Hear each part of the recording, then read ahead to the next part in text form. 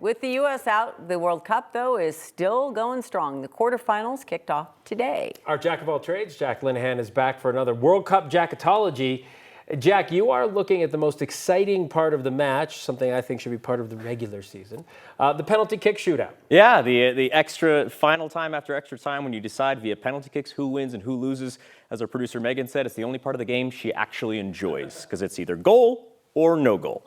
But going back to 1978, that is when the penalty kick shootout was actually instituted in the World Cup. And in 1986 is when they opened up the knockout round to the round of 16. So this year, we've already seen 4 penalty shootouts in the knockout round. That is one shy of the record set in the last World Cup in 2022 with 5. But you got to remember, we have double the games this year because they expanded the knockouts to 32 teams. So there's usually 16 games across the knockout round. There's 16 games in the first round now, so we've played more games than ever in any World Cup already in the knockout round. So that's why there could be more. We could set a record today, but it comes with a bit of an asterisk with all those extra games. Now, one thing I thought was interesting, we've seen a lot of penalty kicks, but we've also seen a lot of penalty kick misses. You're converting just 25 of 40 for about 62.5%. That is in the penalty kick shootout at the end of the game. We're not counting in-game penalty kicks here with this stat. That is actually the second lowest ever for a knockout round.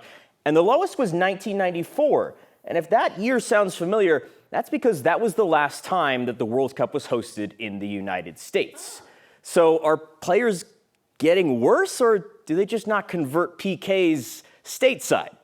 I don't know. We'll see until the rest of the World Cup, see if that number holds, and maybe the United States is a little cursed for the PK shootout. Does that percentage surprise you? Because I would think most people, it's really hard to stop one of these penalty kicks. You got these great strikers firing at you. Yeah. They're very difficult to save. Usually, I think more of the misses come from just straight up missing the goal. But they are also harder to convert than people really give it credit for. You look at the wide open goal, you think, oh, I can miss that. But you got to remember the pressure. And you got to remember, too, if you watch some of these games, a lot of the players, they're doing kind of like stutter steps and then trying to shoot and score. So that looked just like Messi. Thank you. That's who I modeled it after.